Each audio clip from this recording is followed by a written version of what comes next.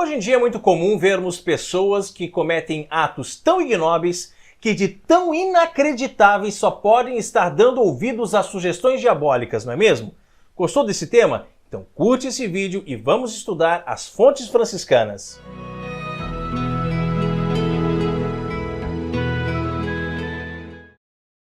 Olá, paz e bem. Até que ponto podemos afirmar que o demônio exerce influência sobre as pessoas, hein? O saudoso Padre Léo costumava dizer que não podemos dar ibope ao encardido, mas será que muitas coisas que acontecem em nossas vidas não têm no fundo um dedinho do inimigo de Deus? O que você acha? Escreva aqui nos comentários e assista ao vídeo até o final. Eu não quero dizer aqui que tudo é culpa do demônio. Temos nosso livre-arbítrio e fazemos as nossas escolhas, não é mesmo?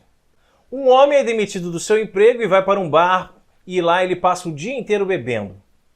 Quando chega em casa, bate em sua mulher, bate em seus filhos. Isso é coisa do demônio? Ele estava possuído? Olha, eu prefiro acreditar que não. Prefiro acreditar que ele fez as escolhas erradas que levaram a tais consequências. Mas que o demônio existe, isso não podemos negar, não é mesmo? Nem podemos negar que ele exerce certa influência sobre esse mundo maluco em que nós vivemos. E que ele não se dedica às almas que já estão perdidas, mas sim àquelas que estão nos caminhos do Senhor. Tomás de Celano, grande biógrafo de São Francisco de Assis, narra dois casos bem parecidos, os quais acredito que vale a pena citarmos hoje nesse vídeo. No primeiro, um frade que exalava odores de santidade foi enganado pelo demônio que o convenceu de que ele seria mais santo se vivesse na solidão.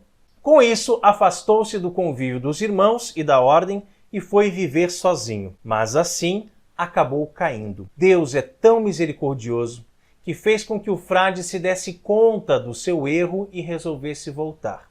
No segundo caso de hoje, é de um frade que desobedeceu a São Francisco, procurando um outro frade para ser seu orientador espiritual no lugar daquele que o santo de Deus havia recomendado. Mas depois ele se arrependeu, lançando-se imediatamente aos pés do vigário e deixando de lado seu antigo preceptor, passou a obedecer àquele que São Francisco tinha constituído como prelado. São Francisco de Assis disse ter visto um demônio nas costas do desobediente e apertando-lhe o pescoço, ou seja, o frade, escravizado pelo demônio, não conseguia mais obedecer a Deus, estava cego. E justamente quando uma pessoa é desobediente, é como se ela estivesse levando, carregando um demônio nas costas. Por todos os lugares por onde ela vai, aquele demônio está ali apertando o seu pescoço e impedindo-a de obedecer, seja as autoridades constituídas, seja a Santa Igreja, seja os seus pais, enfim. Na história bíblica, o personagem fictício conhecido por Jó teria sido atormentado pelo demônio com a autorização de Deus. E assim, ele provou a sua fidelidade ao Senhor.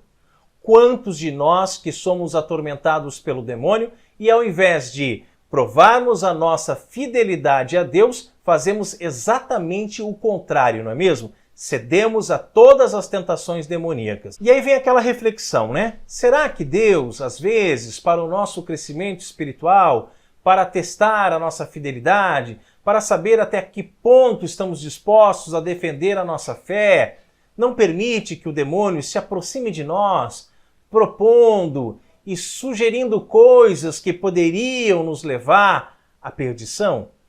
Padre Pio, por exemplo, era visitado todas as noites pelo demônio. Era atormentado e chegava a apanhar do diabo. Acordava todo quebrado, todo machucado. O objetivo do demônio era não permitir que Padre Pio celebrasse a missa pela manhã, pois aquela missa salvava muitas almas. Mas graças a Deus, todas as investidas do demônio contra ele deram em nada. Nos últimos anos, eu tenho percebido muitos jovens abandonando o seminário. Isso é uma coisa bem preocupante. E é sempre pelos motivos mais bobos, e na maioria deles, por causa de mulher. Começam a namorar, deixam o seminário, depois o namoro não dá certo, não voltam para o seminário e nem namoram mais, ou seja, ficam sem nada. Perdem tudo, né? E muitas vezes perdem até o amor próprio. Claro que se for realmente um caso de falsa vocação, ou seja, o rapaz descobriu que não tinha vocação para o sacerdócio e resolveu sair, tudo bem, tranquilo, né? Mas a maioria dos casos que eu conheci eram vocações legítimas e esses seminaristas que foram tentados pelo demônio, né? O cerco apertou, principalmente nas questões da sexualidade, carência afetiva, e os fez trocar o seminário e, consequentemente, sua futura vida sacerdotal por uma namorada que em pouco tempo os largou. Por isso, toda e qualquer decisão que vamos tomar, mas principalmente aquelas que vão mudar drasticamente o caminho que estamos seguindo, devem ser muito bem pensadas, muito bem estudadas e principalmente rezadas. Joelho no chão, diante do Santíssimo Sacramento do altar, para saber realmente qual é a vontade de Deus, para que a decisão seja tomada em Deus, pois do contrário, podemos achar que aquela sugestão diabólica é a coisa certa a fazer.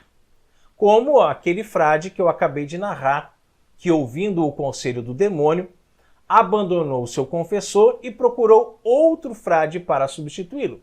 Ou então aquele frade que, ouvindo o conselho diabólico, deixou a ordem para viver sozinho.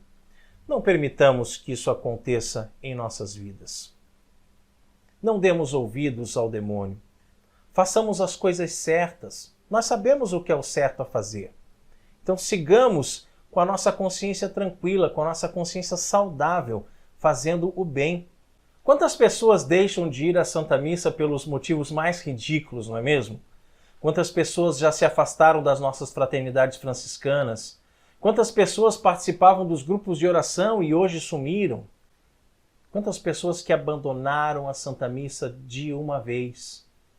Casais que participavam juntos e eram ministros extraordinários da Sagrada Comunhão, na Missa Nova, catequistas e tudo mais, e acabaram se separando. E pior, hoje vivem em segunda união, sem ao menos poder se confessar e comungar. Isso não é influência satânica? Se não for, já nem sei mais como chamar. Sabemos que as famílias precisam ser restauradas, restauradas em Deus e por Deus. Nós precisamos voltar ao primeiro amor e nunca permitir que o demônio nos engane. Mas se isso acontecer, que possamos fazer como aqueles frades que se arrependeram profundamente e voltaram para a casa do Pai com o coração contrito e dispostos a nunca mais pecar, a nunca mais dar ouvidos ao maligno. Que assim seja. Amém. Paz e bem. E você, acredita que o demônio existe? Acredita que se vacilarmos em nossa fé, podemos ceder às sugestões diabólicas? Escreva aqui nos comentários para nós, vamos conversar um pouco mais sobre esse assunto, ok? E então, gostou mesmo desse vídeo? Colabore com o nosso canal deixando aí um like pra gente, não custa nada. Compartilhe esse vídeo com os seus amigos nas redes sociais e nos ajude a evangelizar. Quinta-feira que vem tem uma nova reflexão sobre a vida de São Francisco de Assis com base nas fontes franciscanas aqui no canal, ao meio-dia. Você não vai querer perder, né? Então, se ainda não é inscrito em nosso canal, inscreva-se agora, é de graça, ajuda muito o canal a crescer. Não esqueça também de clicar no sininho para receber todas as nossas atualizações. Assim, você não nos perde de vista. Nós temos vídeos diários aqui no canal, sempre ao meio-dia, além de muitas novenas, mais de 100 novenas. Colabore com o nosso apostolado enviando um Pix para nós de qualquer valor, pois o pouco com Deus é muito. Reze por nós e nos siga em nossas redes sociais. Os links estão todos aqui na descrição do vídeo. Deus abençoe, paz e bem.